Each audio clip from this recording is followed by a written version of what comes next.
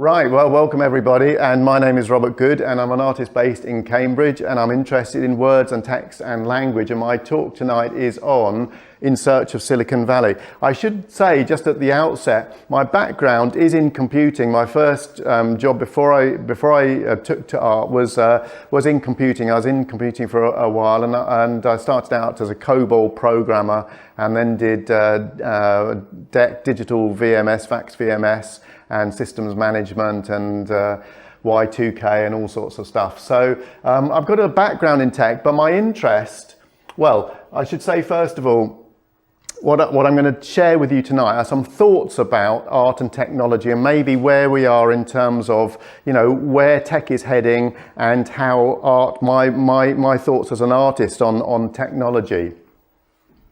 I've got quite a lot of different angles, and I was very fortunate this year to be able to have a visit to Silicon Valley and go in search of the internet, as it were, the home of the internet. So I'm going to give you a little bit of a travelogue as to how I got on in Silicon Valley. Then I wanted to share some reflections, some of the things that have been buzzing around in my head and kind of worrying me about art and tech and where it might be heading. And then a project that I've been working on called A Cybernetic Meadow, and then some discussion and questions at the end. So hopefully around 45 minutes to an hour or so. I'll try and whiz through them, but let's see how we go.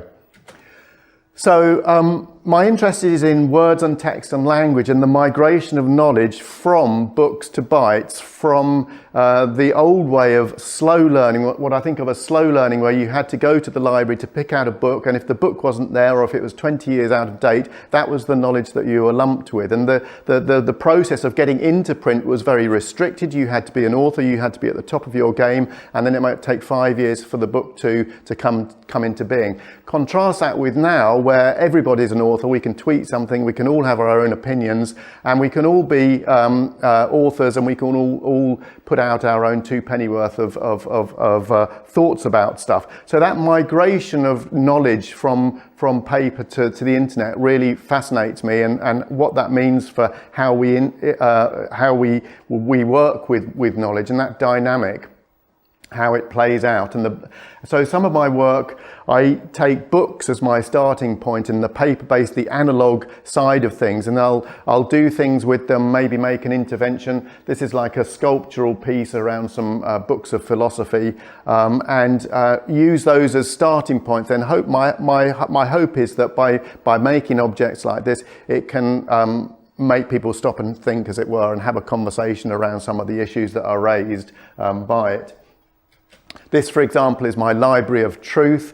I think we tend to think maybe that books are more reliable than the internet, and so we kind of think of books being more safer, possibly. So I've been building up my library of books that they're all of the title "The Truth About." So only true stuff that contains the truth goes into my library. Of course, there's all sorts of nonsense in there as well. So books really aren't the repository of knowledge that we might like them to be, or rather it may point up the limitations of books as places where we go for our knowledge. And of course it's all behind a nice cabinet where it's the access is limited.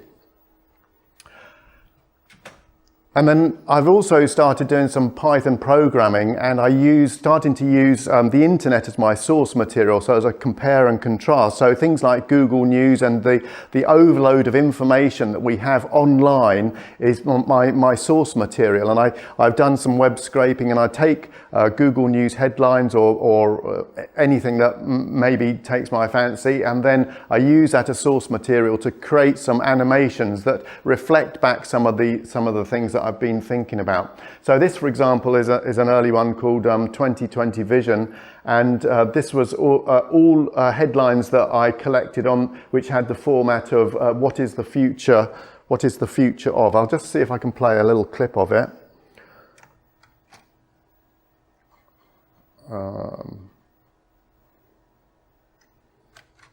Here we go.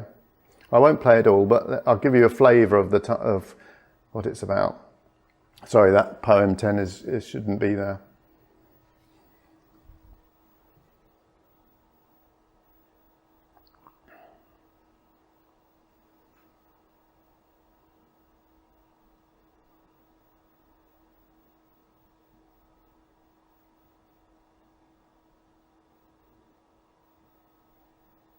So I wanted to use this as a way of kind of thinking about that kind of sense of slight anxiety you get when you're bombarded with all these questions, and you're kind of meant to have answers to you're meant to be kind of like I don't know, a good citizen and have an opinion on all this stuff. Maybe you're not, maybe it's not possible, but there's just too much stuff going on.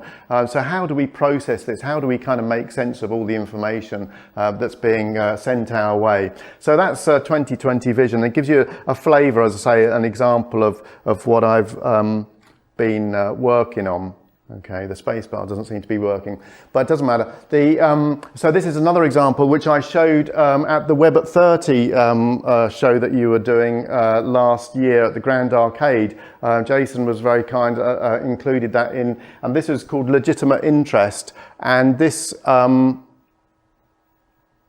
was being shown there. And these are all the, when you click on, the really annoying pop-up window that says accept all cookies, from a website as you're doing it.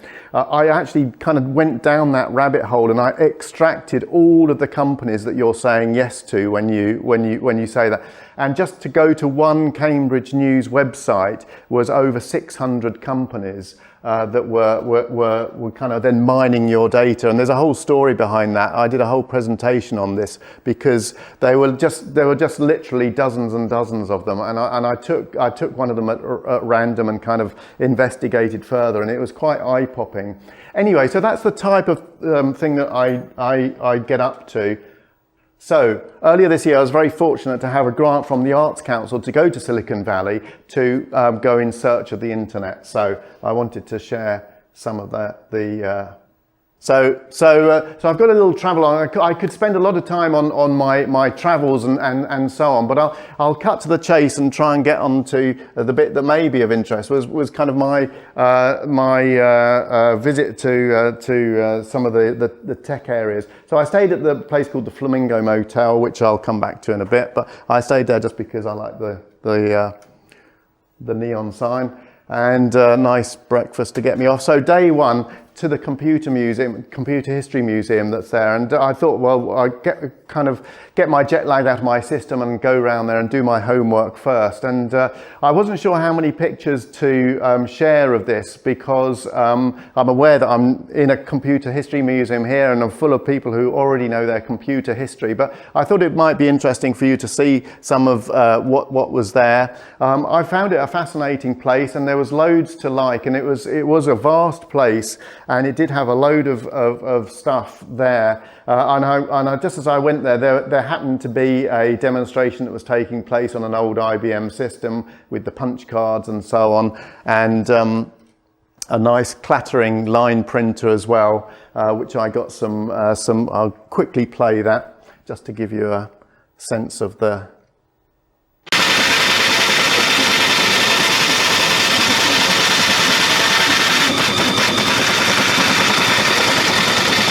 I like that. It was just a real blast from the past, from my own time, working as a programmer and so on. It was a nice little blast from the past. Okay. One of the things that I really enjoyed about the museum was the way in which it situated the rise of technology in a kind of historical context, or in a sense in which it didn't come ex nihilo, it didn't come out of thin air, as we know, but it was rooted in a whole lot of attempts previously to kind of store things and compute things and calculate things, and things like, for example, these bead systems or knotted string systems that allow people to kind of keep tabs, like abacuses and so on. So it kind of gave a nice historical setting for the rise of computing, and things like log tables and early books of calculus and so on really helped to kind of remind us that this has been an endeavour that people have been after for a long time. This is a very early pocket calculator, as it were, the Napier's bones, which some of you may be aware of, but they're little on little wooden sticks, and you twiddle them round and you can work out all sorts of complex sums using them. So in other words, people have been thinking about this and trying to solve, as it were, the problems of computing for a long time. And this was an early calculus and calculator rather, which I rather like. This was a reproduction of one, but I think that's from Yeah, 1623, so a fantastic early example of calculators. And punch cards as well, the idea of using punch cards as early ways of mechanizing things. Again, all of these things then, of course, then fed into and were available to people as they developed the computers as we know them today. So punch cards. This was a nice little exhibit of punch cards that were used to map some of the early butterfly and distribution maps for data in the UK. Cambridge got its mention, and not a very good picture, I'm afraid, but it just there was just acknowledging the standard, as it were, storyline for how computers evolved. And in fact, one of the IBM bods who was doing the demonstration that I showed you earlier on, he kind of whispered to me just when I said that I was over and I was interested in it all. He said, "Oh, yeah," he said, "you Brits really invented it all." He said, "You know," he said, "but we can't say that, but you did." So anyway, that was his take on it. As I say, I used to work in computing myself, and I had a soft spot for VAX VMS particularly, and used to work on some digital machines, so it was nice to see an example of one of those there. And then just random pictures really, I'm afraid, of just some of the stuff so that you can have a look round. I kind of went round in a slight daze. It was my first day there. I was a bit jet lagged and so on, and there's just so much to see. And there's a kind of aesthetic. I don't know if it's because anything that's old kind of has that kind of, you know, historical nostalgic aesthetic to it, but there's something about the design of some of this old kit that is pretty special, pretty nice to see. And all sorts of different things. Enough knobs, buttons, twiddles, stuff to. This one I quite liked. You can't quite see it, but this is the weapons director's console. And then this one, which is kind of slightly more sinister, really, I think, is the intercept technician's sub-console that goes with it. Okay, so enough kind of techno stuff to kind of keep most people happy for a very long time. So I went around all of that. And then I kind of spent, and I was pretty knackered, and I thought, right, I've done that. And I didn't realise then there's a whole other area, at least as big again, about all the software side of it. So then there's a whole display about Wikipedia and Photoshop and the rise of Microsoft and all the software and the languages that go with it. So I had a good look round there. There were a few. I mean, there were lots of things. The first PC, I kind of came across. I'm not sure if that's kind of agreed. Whether everybody has an agreed sense of what the first PC is or whatever. But anyway, I just included that. There was quite a lot of kind of the historical side, which, you know, the whole thing about women and computing was this wasn't part of the women and computing take on it, but I didn't, you know, the advertising, you know, in the early days was not always as we would think of it today, but that's true of society as a whole. But they did acknowledge this was quite an interesting little clip. I was the first woman engineer at DEC, recalls Barbara Stevenson. Customers would call for an applications engineer. They'd say, "I want to speak with an engineer." And I'd say, "I am an engineer." And they'd say, "No, I want to speak with a real engineer. I developed this patter." "Well, tell me about the application you have in mind." "We have 3 lines of modules ranging from 5 to 10 megacycles." And the line would go dead and I'd hear, "Hey, Joe, guess what?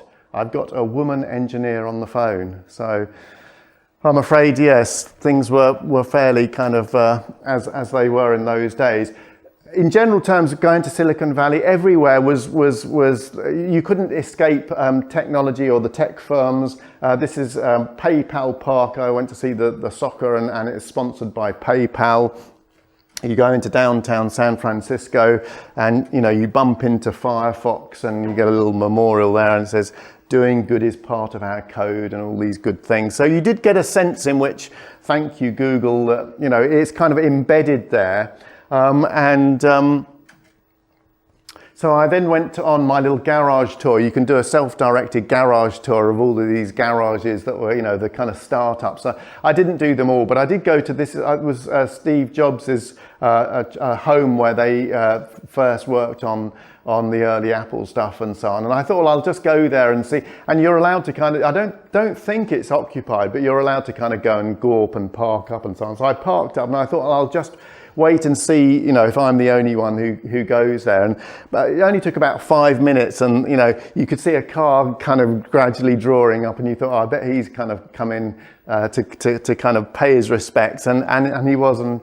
And this was, I forget his name, I think he was Oscar. No, I don't think it was Oscar, but anyway, it doesn't matter. But he was from Austria, and he said that, you know, I've been an Apple fan all my life, and I've, you know, wanted to come here for so long, and now I've got the opportunity, and next time I'm going to bring my family as well. So then 5 minutes later, another car would park up. So there was the sense of a little bit of a pilgrimage to it all, and I kind of had the sense of being a place where everybody came to pay their respects. And I happened to notice that the car that directly next to where I parked my car had the number plate of Pony AI. So there's no getting away from the tech and the influence and the suggestion that the tech is around.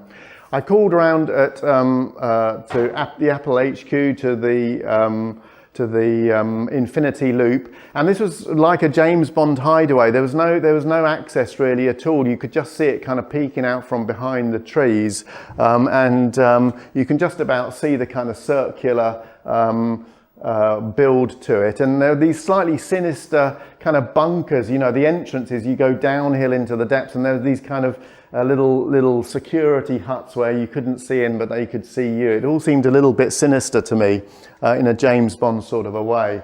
And these kind of buses were kind of coming and going.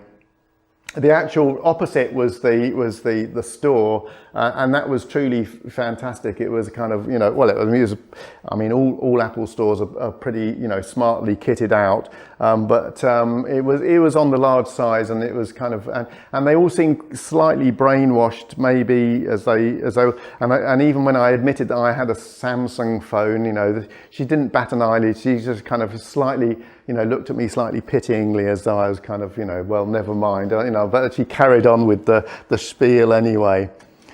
So then I went to the Googleplex, and this was kind of, I'd read about it, that it was kind of much more open, it was much more playful, and that, you know, there were these Google bikes you can cycle around, and it was all true, and it's kind of open in the sense that anybody could wander around. You didn't have to be an employee, at least I don't think you did. I mean, I wandered around for quite some time.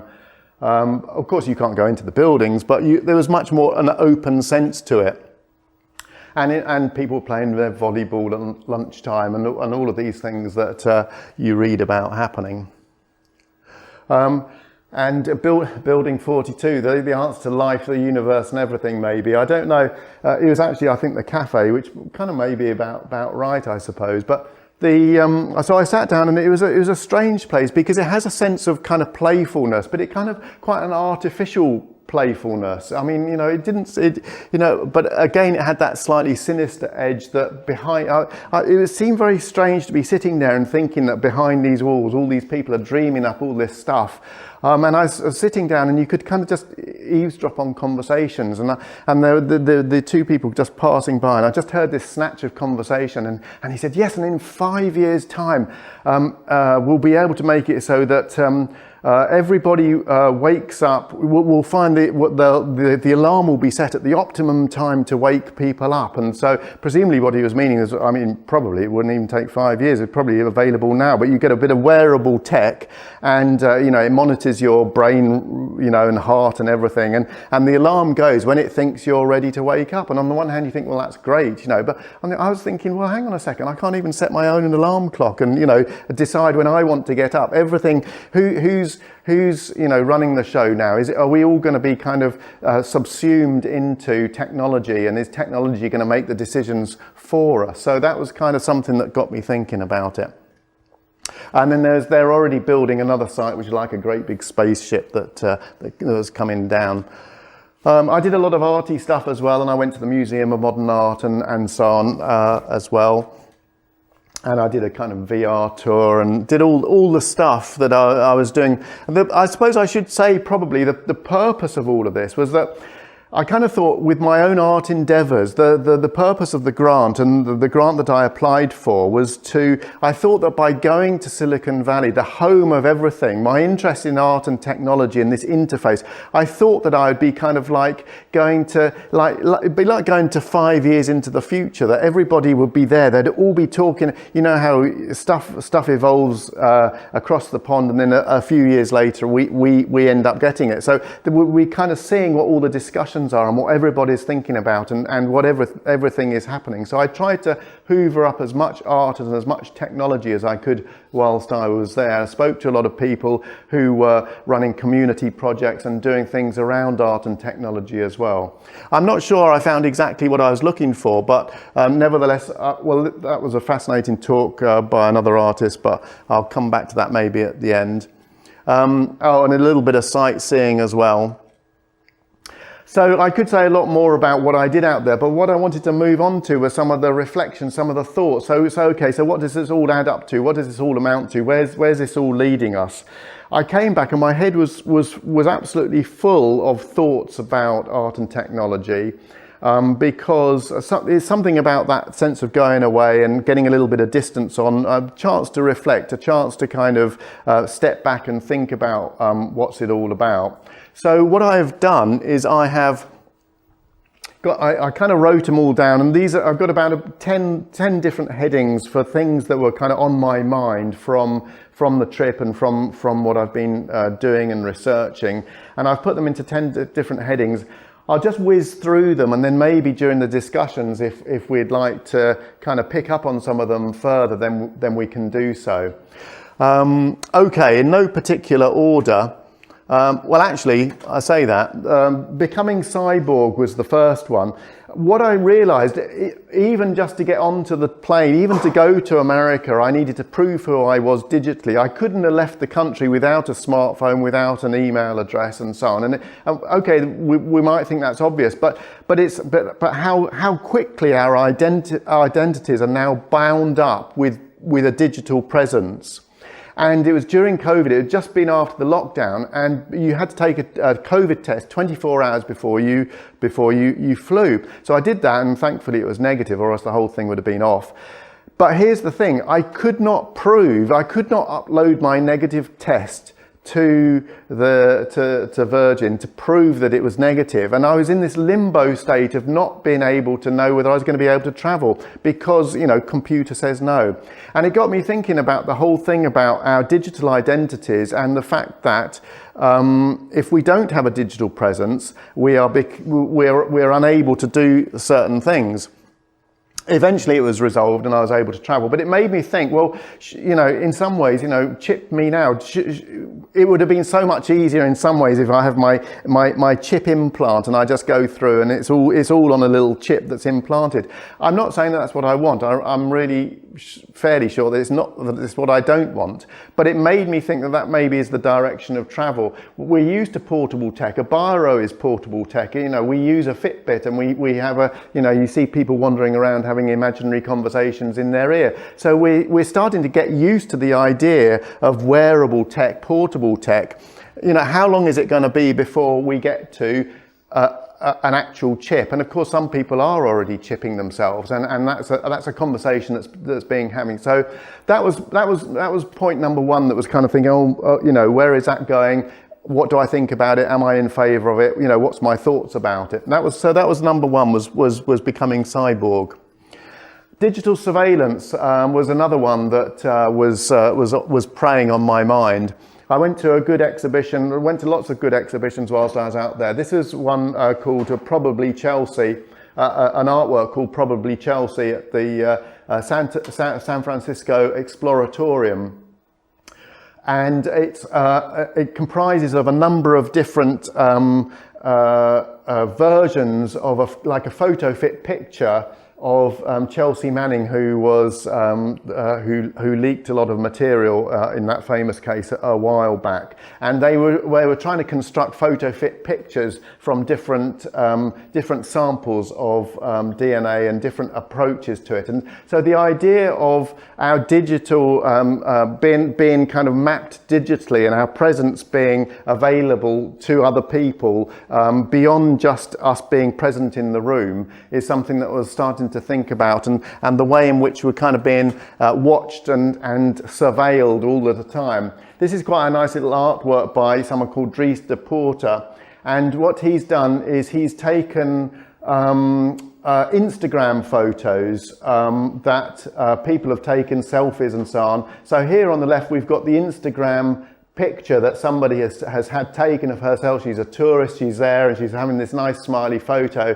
and she thinks, you upload it to Instagram. And what he then goes and does, and he then maps it against all the open cameras that are available of that same place and time to find her, and there she is on the CCTV camera there. So what you think you're doing is you're uploading this unique moment that only you could have done, or you and your friend, and that's the sum total of it. But what you don't realise is the all-round surveillance that is already in place. These are only open cameras that are available on the internet. They're not kind of actually proprietary ones, so he wasn't kind of hacking into anything. This is just all of the stuff that's there. But it kind of made the point that we, that sense of being watched is become the net is drawing in, it seems, in some way. So that was on my mind as well. And there are lots of different examples of that. I came across this one. It's not quite the same thing, but undeclared pools in France uncovered by AI technology. So if you've got a pool in France, you have to pay a tax on it.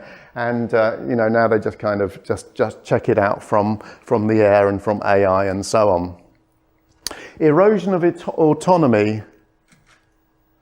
Yeah, no. So the alarm clock was one example where we get woken up when the computer says we should be woken up, and that kind of got me thinking. I was thinking about this calculator, and there's something that I was kind of grasping towards about the idea of kind of technology a little while back was something that maybe we could conceivably have made ourselves. I mean, I'm sure a lot of you people here are very technically minded and can make a lot of the technology that we run, but there's a sense in which technology is now becoming a black box, and it's kind of this miracle thing that just happens in a black box, but we can't, as individuals, as consumers, as customers, then kind of tinker under the bonnet with it. If it goes wrong, we either have to chuck it away or send it back or whatever. So the kind of calculus, it's a closed box now. And the analogy that I would have is kind of, people used to be able to kind of tinker under the bonnet with their car, and there was a sense in which you had that kind of interrelationship with the technology that you're using, whereas now it's a kind of, you've got it and it either works or it doesn't, and if it doesn't, then there's no way in which you can really contain that control or relationship between it. Again, just something that I've been thinking about. Infantilization. This is a big one for me. This is something that I've kind of been thinking about, and it kind of makes me quite cross the more I think about it. One of the things about going to the Google site was the way in which, so they were doing some developments and they kind of got these hoardings and so on, and they've got this thing that says pardon our dust, and they've got these little figures, in their kind of hard hats going around. This is like kindergarten. They're employing possibly, the biggest brains on the planet to do all this stuff on our behalf, and it seems like they're treating everybody like children. I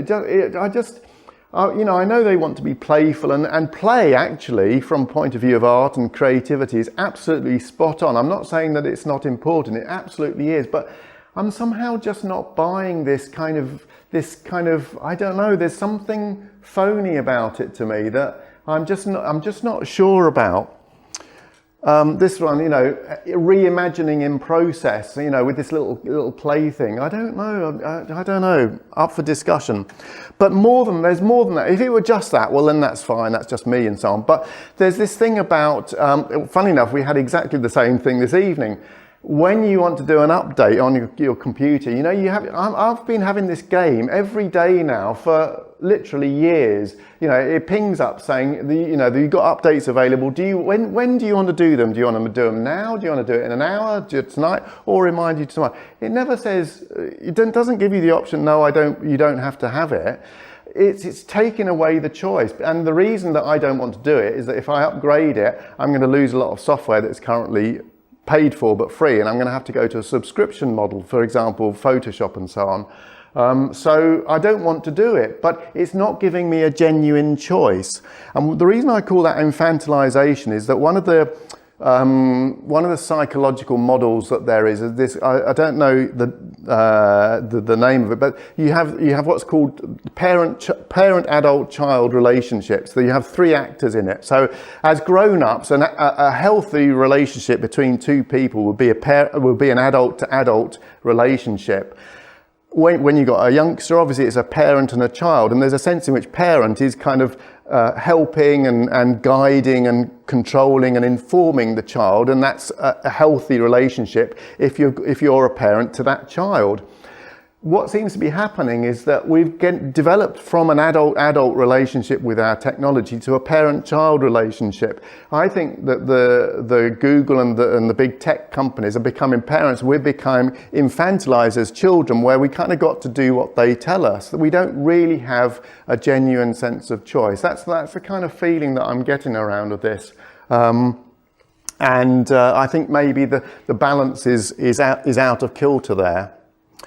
Information overload. We kind of know a lot about information and the idea of too much information. That's quite something now. But just the sheer volume of data, and in terms of things like the democratic process and being informed individuals, we've been loaded with more and more information and counter information and fake news and all the rest of it, which we kind of know about. But how can we keep up with it? Not only are we being delivered more of it, but more frequently. It used to be that you'd kind of read the paper once a day and then you get on with your life for the rest of the day, or you'd look at the 6 o'clock news and then on you go. But now you're constantly getting notifications of new stuff to process.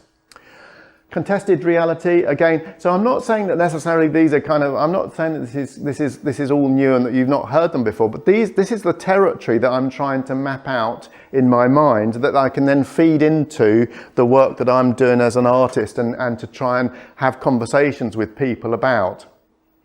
So contested reality, and we're aware of kind of fake news and the very fact that now you kind of get these fact-checking pop-ups coming up in Google and so on, is just highlighting the fact of how difficult it is for us to kind of tread carefully and work out what's going on.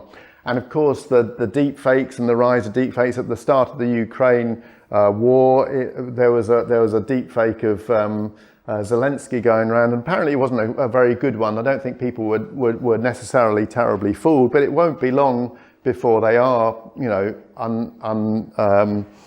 indistinguishable potentially. The metaverse. So yes, I don't know why I put this in contested reality, I suppose, but I suppose it's this idea of moving from a real world, which is kind of us and people and meat space, as they say, to the idea of the metaverse. And I was just getting more and more cross about this. I was just thinking, how on earth is being in the metaverse going to be necessary? I don't want to sound kind of grumpy and old, but I just wasn't sure that living my life in the metaverse, what's wrong with the real verse? I wasn't sure where this was going as an idea. This was kind of developing over the summer. It's interesting that in the last kind of couple of months that there's been a real kind of pushback against it, and of course it's in a bit of trouble as a concept and and the way it's being taken up. But just the whole thing about whether it's even a good idea. This is a still image from the actual Meta official website, and I just thought this was fascinating. And kind of critiquing it with my art hat on. Here is this guy with the headset on, kind of looking into the alternative universe, turning his back on the only piece of kind of the natural world in the picture is this nice plant. He's turning his back on nature and looking into nothing, into the void, and completely surrounded and cut off, and with no idea what's going on around and outside him. And I thought, you couldn't have put it better yourself. Thank you, Meta, for kind of saying what seems to be the dynamic around it and what seems to be so problematic about it. Been doing quite a lot of reading as well. There's some fantastic books and stuff out there. One of them that I don't know if you come across, but this was written almost exactly 100 years ago, and it's fantastic. It's only a short story. It's called The Machine Stops, and it kind of predicts a little bit of the metaverse and everybody's now and the internet and kind of communications at a distance and everybody being isolated, and in the story, I won't tell you what happens, but in the story the starting point is a bit of science fiction, really, I suppose, proto science fiction, but everybody's in their own pods and they're kind of looked after by this machine. And now read on. The rise of AI.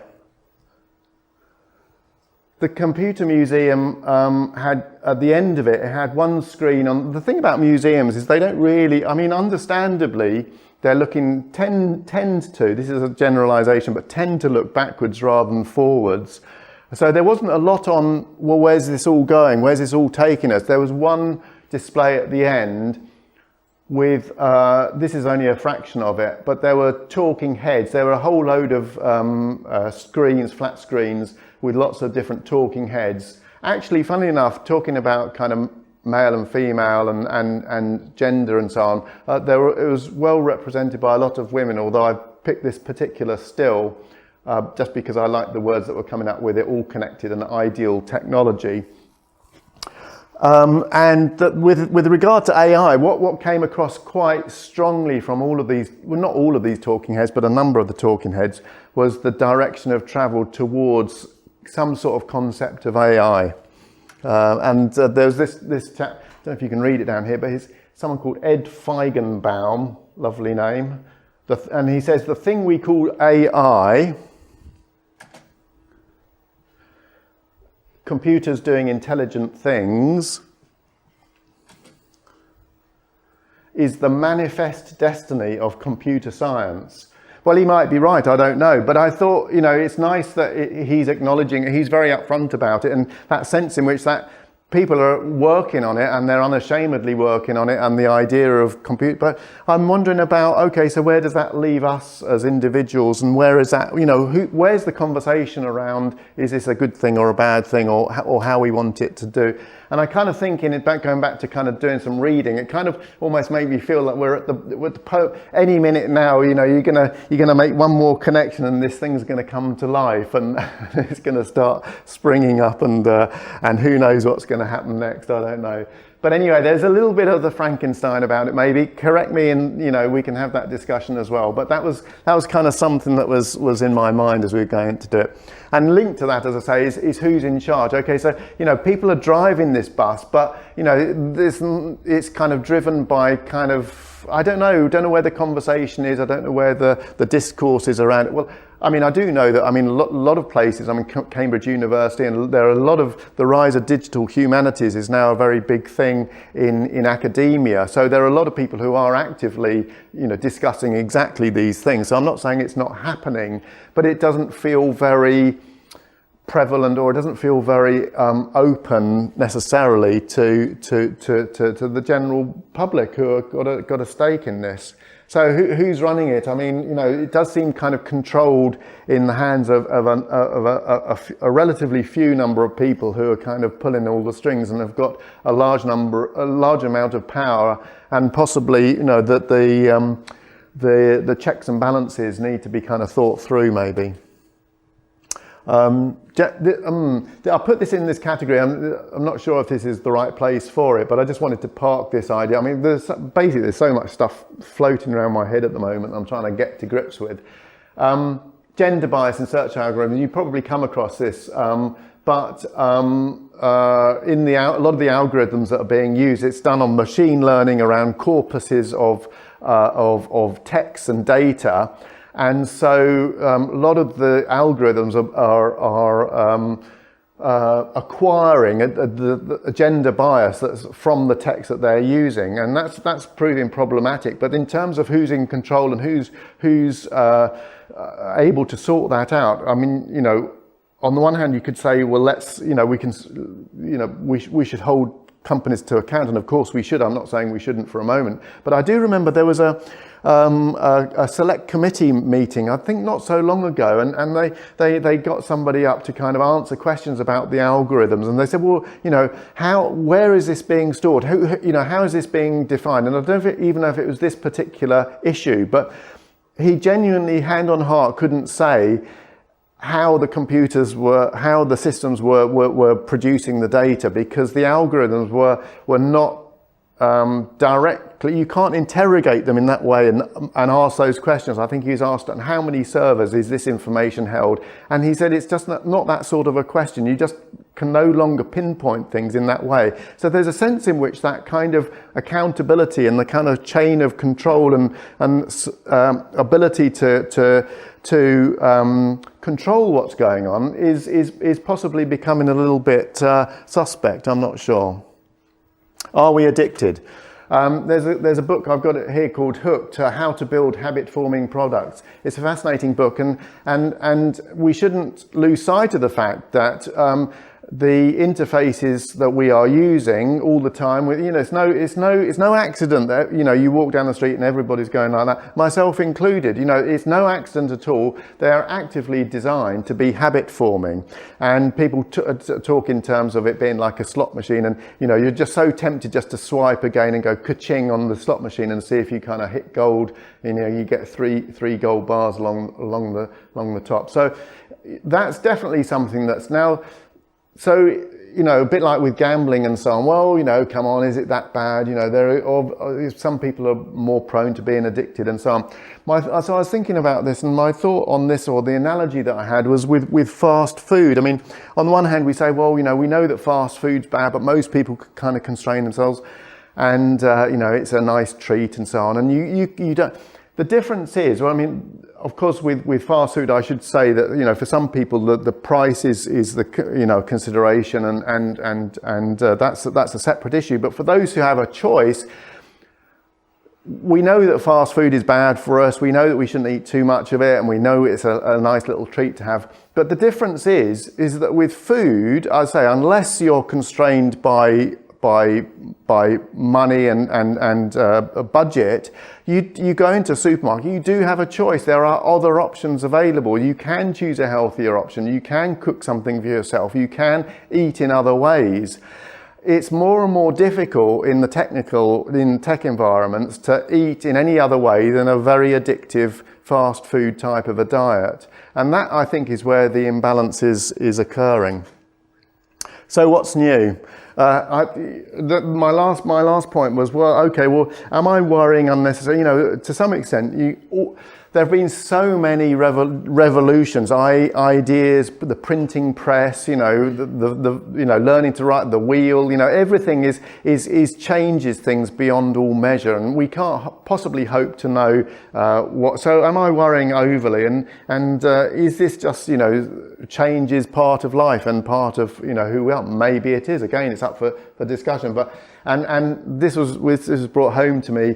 Funnily enough, I was having a look around the display earlier, and it says the first piece of spam was in I don't know, the 1970s or something. They're claiming this was in the computer museum. The first was telegraph spam. It was 1864. This guy writes to the Times, and he says, "Sir, on my arrival home late yesterday evening, a telegram by the London District Telegraph, addressed in full to me, was put into my hands."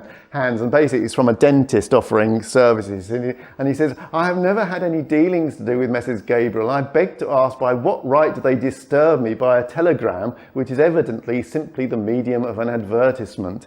So I suppose my question is, well, whenever something new arises, humans are humans, human nature is what it is, there's always going to be this push and pull of stuff. And so maybe things are as they are. Okay, so that's really kind of set the scene for both my trip to Silicon Valley and some of the things that I've been thinking about in my researches and in my endeavours. So I find my final part of the talk, and I'll try and keep this fairly brief so we can get some questions in, was to show you a little bit, okay, so what have I done with it and how do I respond to it? And I've been working on a project called A Cybernetic Meadow. I came across this poem that was written in the 1967 by someone called Richard Brautigan, and it's actually the title of it. You might have come across, there was a documentary, a 3-part documentary a while ago called All Watched Over by Machines of Loving Grace, which was a documentary into technology and the rise of technology and some of the issues that I've been talking about. Anyway, there's this poem, and he talks about this kind of digital utopia, and I don't think he's being facetious. I think he really means it. He says, and this is the first verse, he says, "I like to think, and the sooner the better, of a cybernetic meadow where mammals and computers live together in mutually programming harmony like pure water touching clear sky." And I thought, well, that's a great kind of encapsulation of this, the kind of the ideal technical utopia. And well, 45 years later, you know, how's it doing? How are we getting on? So my project was based around that, and are we living in a cybernetic meadow or not? And I'm starting to see, or think I'm seeing, that a bit of pushback against some of these issues and the technology. This was an exhibit in Cambridge just earlier this year, and the theme of the Outdoor Film Festival this year was called Breaking the Frame, Resisting Technology in the Digital Age. So it was inviting people to respond with pieces of work that kind of pushed back against some of these digital overloads that possibly that are now part of our life. So possibly it's up for grabs, but maybe there's a little bit of a pushback around all of this. And I submitted a film as well, which a digital animation. Another example was the Hooked author. He worked for many years in Silicon Valley building his habit-forming products, and he's now had a kind of Damascene moment. He's had a kind of a change of heart, and he's a reformed character. So his latest book is Indistractable: How to Control Your Attention and Choose Your Life. So he's now trying to, you know, row back from that and kind of say, well, you know, maybe it's not such a good idea after all. There was also, I was doing some reading just around the time of putting this talk together, and this is from September this year in The Guardian. And it was about digital, about awe, and where do we get a sense of wonder these days in our lives? And there's this massive survey about what makes us go wow, and where we can really connect with things that really make us feel, you know, that sense of being alive. And there's a fantastic quote, well, I thought it was a great quote that kind of summarized some of my anxieties around all of this. They said, "We recently interviewed 320,500 people from 26 countries about what brings them awe, and no one mentioned their smartphone." And I thought that was just a really nice way of putting it. It's not that I'm a Luddite, it's not that I don't want tech in my life, but there's something missing maybe. And that's just another quote about a possible pushback about the public perception of tech at large has also shifted, with 68% of Americans saying they believe tech firms have too much power and influence, up from 51% only 4 years ago, which I thought was quite a big increase. And so I say maybe there's a little bit of a tide turning. I say I don't want to turn, you know, it's getting the balance right, I think, isn't it? And another interesting, the chaos machine, the inside story of social media. At some point we'll look back on these days in bewilderment. And I thought that was a nice way of putting some of these issues into context. Okay, so what did I do? Well, one of the take homes from the visit, and staying in the Flamingo, which was this fantastic little motel. But one of the real serendipities was that, completely unknown to me, was that right opposite the Flamingo was this art. Was this art centre called the School of Visual Philosophy, and they had an open day the very Saturday that I was there, and so I went along, and it was an art collective with art studio space and artists, And it was all kind of analog stuff, and it was all hands-on, it was all physical, it was all very crafty. It wasn't digital at all. And it was just so welcoming and so engaging. And I had so many lovely conversations with people about art and tech and so on, and they were all doing all their stuff, and there was metal work as well. And it was just a real point of connection. And it was one of those things, one of those take-home things. And again, it's not really rocket science that I'm saying here, but it just reminded me of the importance of the tangible. I spend a lot of my time now kind of writing Python code, and in my past background, I spent a lot of time, as I'm sure several of you must do, sitting in front of a screen, but having that very kind of claustrophobic almost relationship to digits and the screen and the technical environment, and just having that slightly more expansive sense of making and doing and in a slightly more non-technical environment. Was one of the take-homes, and it made me want to take my digital offerings, which generally I've just shown on small screens, or they're on the phone, or they've been shown on the web around different places and so on, and make it more tangible. One of the things I wanted to try and do was take that kind of sense of being, like this with your smartphone, and the sense of it being kind of too small, too kind of not really at a human scale, and maybe make something that is more human scale, something that may be more relatable to. I know that might sound kind of quite intangible, but I'll show you what I mean in a second. So I've joined the Cambridge Makespace, which I've really enjoyed, and I've started to making a few things.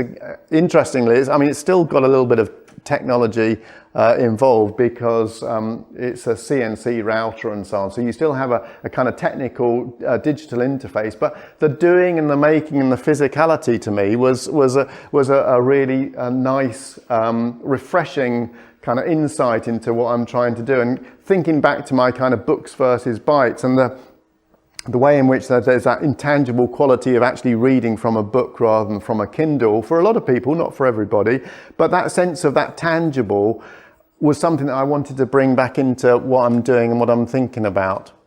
I also do some podcasts, and so over the summer I've been doing various podcasts, and I chose, and they're all about creativity and asking artists what they do and why they do it and all the rest of it. And so for this series, not exclusively, but some of them were around art and tech. And so this was Dr. Pip Thornton up in Edinburgh, and I went to go and visit her and ask her about her work. Are we all right for time? Okay. I'll quickly play just a little clip. So for each of the episodes, I extract a little clip from it. I'll just play you what she said. This was my teaser for this one. My supervisor said, well, if it annoys you, research it, write about it, do a blog about it. So I thought, all right, I will. So I went to Google and I typed wives and girlfriends sexist into Google and just hit send. And basically Google changed the word sexist to sexiest. So the results that came were kind of, the hottest, sexiest footballers' wives. And it didn't say, did you mean sexiest? It just automatically changed it. And I was like, how can this happen? And I was absolutely outraged. Double down on it. Absolutely outraged by how this could happen. Then I started thinking, well, if that happens, what other words or context or whatever get changed or corrected, supposedly? Or, how does this work? Because Google's so influential, what massive impact that has, that changing of word or context.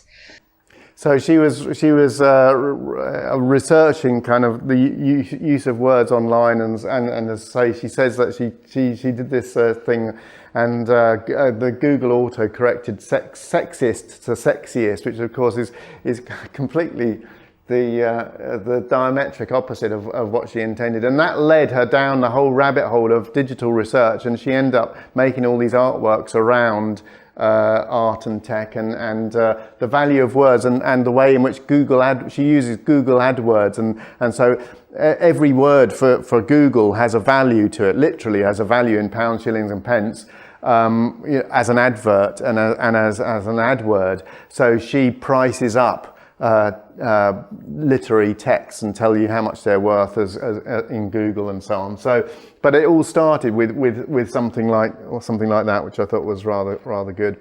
But so she doesn't want her, so she's trying to resist Google. So she's quite keen to kind of push back, and so she's resisting having her face online, kind of facial recognition and so on. Although there are images, she does have images. She wants to kind of see how far she can go with kind of not allowing that, to the extent that when Zoom during lockdown and everything moved online, you know, she was not, even though she was not comfortable or said, no, I'm not going to put my face, you know, I'm going to do the presentation, but I'm not willing to show my face. So that's an interesting take on this, and that I found was an interesting example. Another of my interviewees so also wants to kind of do an act of resistance, and has been thinking about the whole using of WhatsApp and the internet and trying to opt out of the system. And she's actually teaching herself electronics, and she wants to build a ham radio so that she's got her own alternative network to communicate with people. Okay, so my cybernetic meadow was, what I wanted to do, I wanted to make something that was kind of life-size, human-size, something that you could walk around and through. If you think back to the kind of the image of kind of the Frankenstein about to come to life, I kind of wanted to make something where there's a sense in which things were humming around and things were kind of on the brink of maybe, you know, assuming some sort of identity, but at a kind of human sort of a scale. So I had an opportunity, I did some sketches and kind of thought through some ideas as to how it might look. And I had an opportunity in Middlesbrough, just had a week with a friend and fellow artist who was helping me out to go to Middlesbrough and use this great big space to kind of build a little prototype installation where some of my installations, some of my animations and so on could inhabit. So I spent a happy week making these structures that then people could walk round and through and so on. So, and it's fairly lo-fi. Again, it was not intended to be a kind of really high-tech experience. I wanted to kind of create these different points where people kind of walk through. I've got a printer up there which was periodically sending out some stuff. I've got a very simple animation there which was pinging out things, a couple of monitors with other bits and pieces on.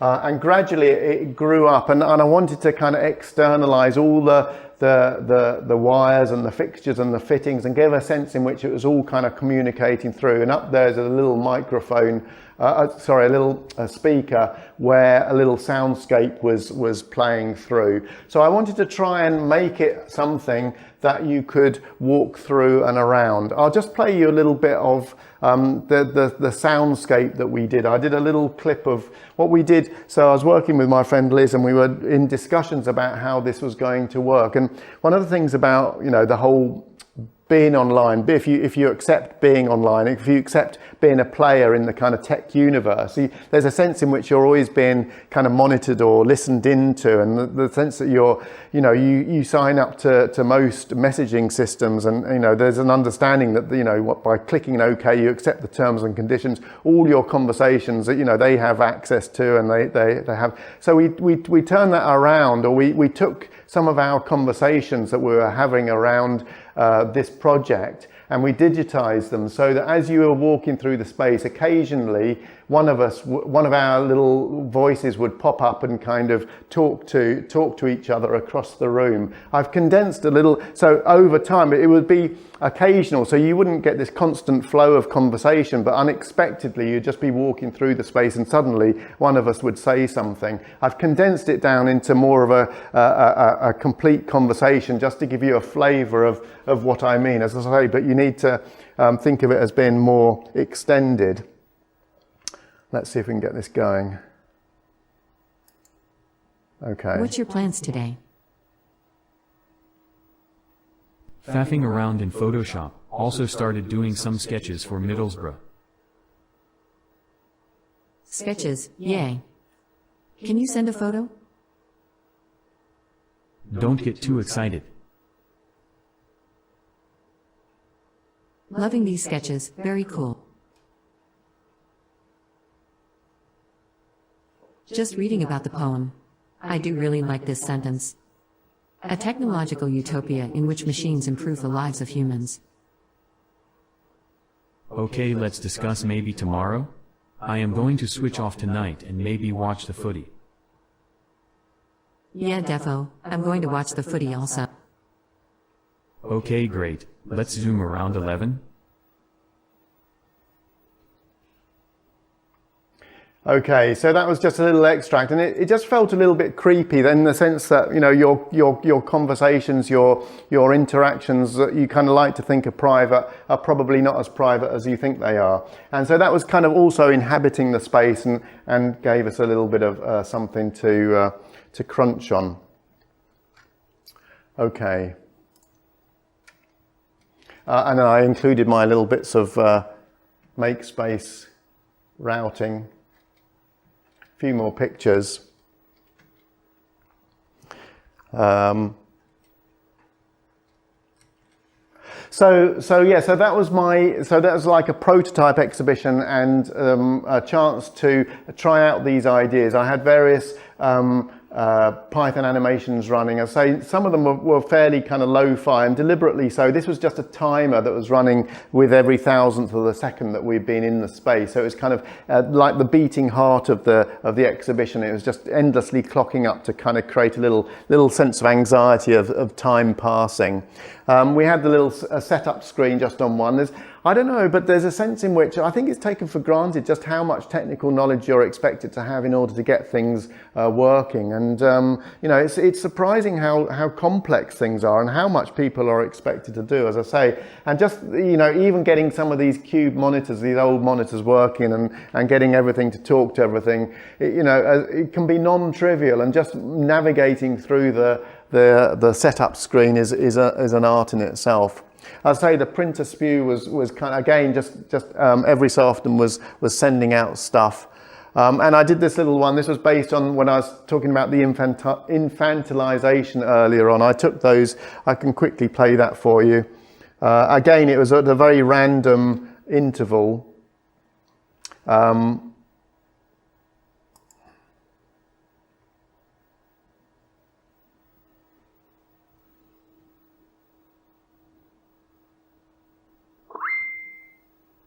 So this was, I mean, it's very silly, really. I'm not claiming this is rocket science, but every random interval, it would just then we'd have another little message coming up, and the little dots would appear, and it would tell you to then do the next thing, and then it would carry on. It seems, I don't know if it's, maybe it's going to take a little bit longer, but as I say, it was just as your attention was taken elsewhere, it would just bring you back to this little animation, and it would give you a little nudge that it's still nagging away at you.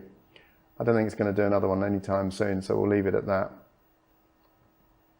Okay, and then finally, and then I will stop. I think I'm pretty well done.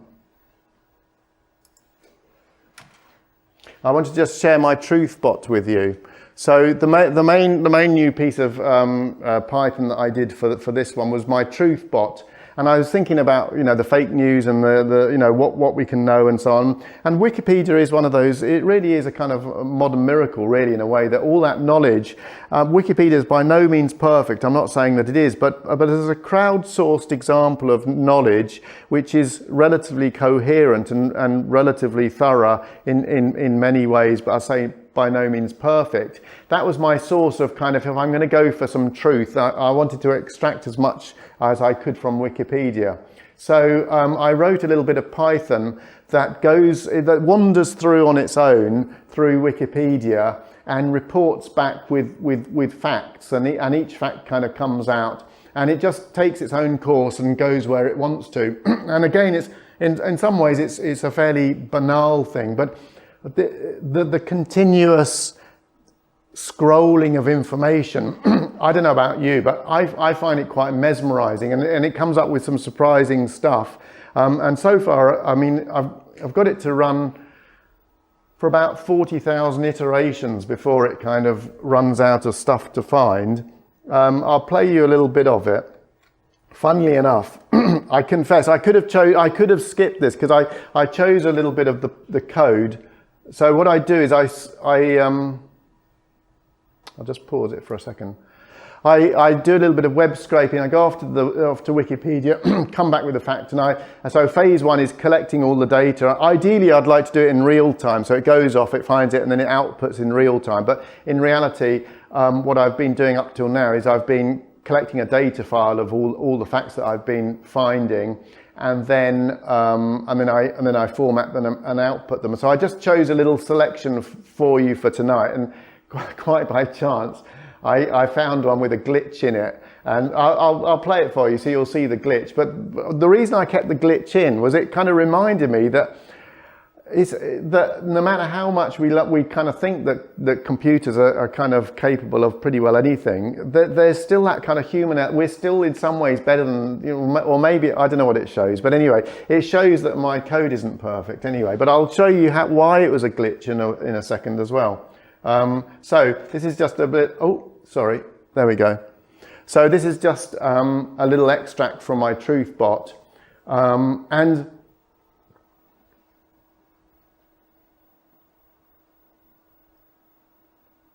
it starts at a random page on Wikipedia, and then it looks for a fact, and it outputs it.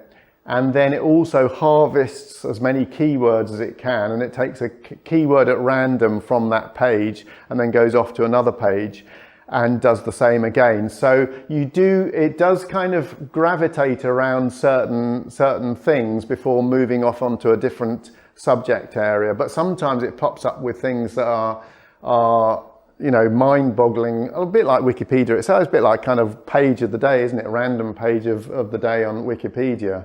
But I hadn't come across the Body Donners, the professional wrestling tag team, I must confess. But the next one I think is going to have a little glitch in it. Tension mounts. I don't know about you, but I find it goes back to this thing about addiction, or making addictive things. Yeah, this is the one with the glitch in. It just keeps you looking, and it plugs into some of these kind of primal circuits in the brain where we keep looking at something that's moving, even if we don't particularly want to. It's the same thing that why people keep, if you've got an open fire at night, everybody looks at the fire, because as soon as you move away, there's the glitch. As soon as you move away from the fire, you've got this movement in the corner of your eye, and your brain automatically moves back to it. It's exactly the same mechanism. We have a very deep-seated trigger to look at movement. So even if this is banal, you know, you kind of, well, maybe you don't, maybe you go, but you kind of keep looking, or you think, well, maybe the next one will be interesting. I'll just look at one more, and it's exactly those same mechanisms. Okay, let's pause that. So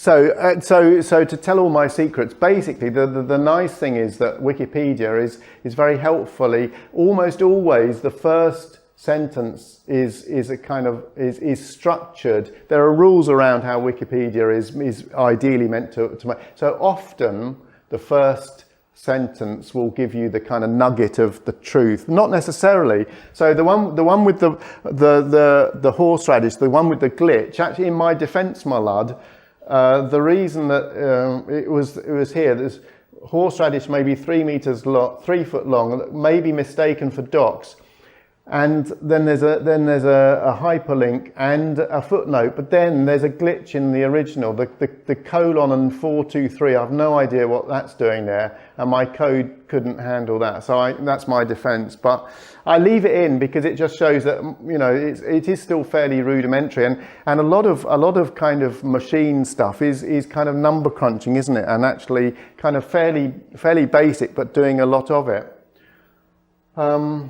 Okay, so I didn't know how much you wanted to see my code. I've just put it, you can't really see it there, but it's about 400 lines, but anybody who's any good at Python, because I'm an ex-COBOL programmer, as I mentioned, so my code, I've only shown my code a couple of times, and the comments that all come back is, well, A, it works. So, I mean, if it ain't broke, don't fix it. But if I were a true Python programmer, you know, most of my stuff could be condensed into at least, you know, half, if not less than that. So it's quite wordy.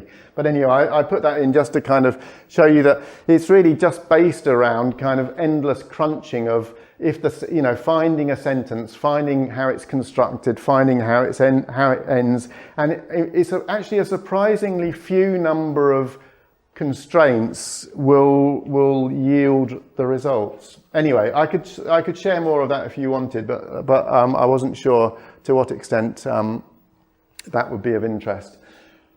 You can't really see this. This is my last slide. Oh crikey, it's 8:30. I'm really sorry. It's, at the end of the Computer Museum, how has technology changed your life? There are all these answers on a postcard. One of them said, practically everything has changed. Literally everything I do uses a computer, and I was glad I was born in this era. So I thought that was a good slide on which to finish. So thank you very much. I apologise that it's been slightly lengthy. I wasn't quite sure how much to include, and I wanted to give you a flavour of the different endeavours that I've been doing. I should give a big thanks to the Arts Council for sponsoring, for supporting this and for enabling it to happen. And if you've got any questions, I'll be very happy to answer them, if indeed I can. Thank you very much.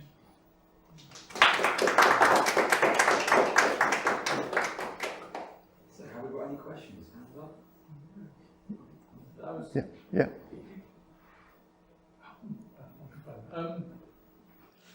Yeah, lots of concerns about technology. What about the positives? Yeah. What's good about it? Yeah, there are lots of positives. In fact, I gave us a talk similar to this, and I got quite a bit of pushback, or not a lot of. Well, there's definitely that was you know, there undoubtedly am not want to acknowledge the positives. Yes, without doubt there are positives, and I suppose that's at the heart of my my uncertainty is that there are some people who are really very concerned about things like AI and things like surveillance and things like lack of autonomy and lack of accountability. And there's a whole literature out there, but it's not terribly well known. And so I found myself so I almost took the benefits as a given. You know, the smartphone. Funny enough, that quote about the smartphone not being something that gives us awe or wonder, makes us go wow. Somebody said, yeah, well, maybe 10 years ago it did. And they were right. 10 years ago when they came out, this was incredible. It was unbelievable. Now we take it for granted because maybe that relationship has kind of slightly morphed into this addictive one, whereas before we felt more being in control of it. So you're right. There are lots of positives, and I haven't focused on those, partly because that's, as I say, not where my brain is at. I'm at the point of wondering whether I should be worried or not. So that's where I've focused my firepower, really. In a way to put it out there, in a way to have these conversations. You might say, well, why am I doing this, or what's behind it?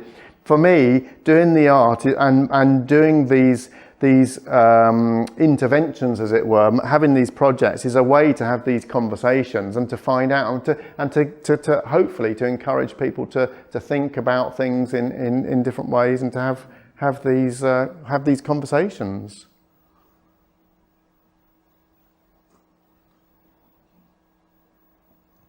Any more for any more? I've got one. Yeah. So as an artist, yourself, we hear these horrible stories about AI making art. And yours is more physical, more real world art, but what's your stance on this? People are like...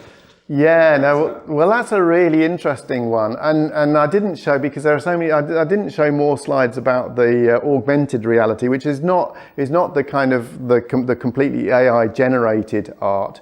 But that I don't have any problem with digitally created art, and actually I think that some of the AI generated art is going to be fascinating and is really quite amazing. And again, that's an example of where it is truly astonishing. You know, you can put in a sentence and it will generate all of these different, you know, images for you. Some of them better than others, but when it gets it right, you get some truly astonishing stuff. And then there are kind of people who are kicking back and saying, well, this isn't art. I don't have a problem with that. The whole thing about what is and what isn't art is a whole separate subject. And for me, I don't have a problem with that. I think the wider thing is more that it begs the, what am I trying to say? I want to have my cake and eat it here, because on the one hand, I don't have a problem with it. I'm really not a Luddite. I'm not trying to take us all the way back to pretend that they didn't exist. And we can see the direction of travel, and we're going to get more and more things. It's a bit like the thing with the Deep Blue and playing chess, and the fact that chess can now be played better by a computer than by a human. Well, where does that leave? It's probably that same relationship. It's probably quite benign at the moment. The fact that a computer can play chess better than we can, and it can do art, you know, in ways that are going to become quite incredible, I'm sure. On the one hand, that's quite benign, but it does kind of make me question, well, where does that leave us? Where is our autonomy? We kind of used to being top of the pile in terms of, you know, our place in the world to a large extent. I think one of my analogies is cows in a field.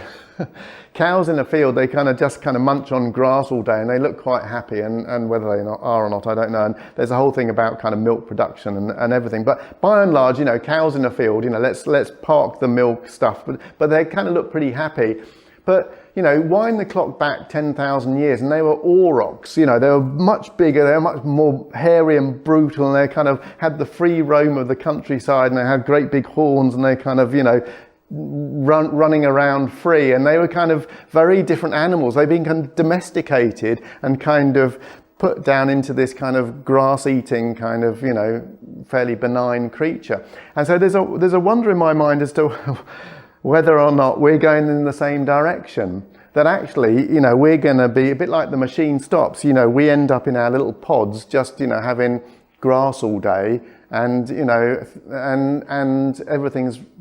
So I don't know. It's a roundabout answer. I don't think I've answered it at all. In a nutshell, I don't have a problem. I'm fascinated by it. I think it's really interesting.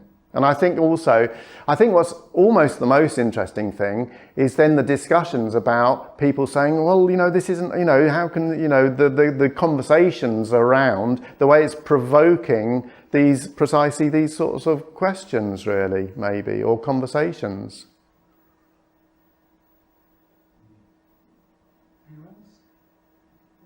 In that case, thank you again. Excellent talk. Thanks so much. Thank you very much. Thank you.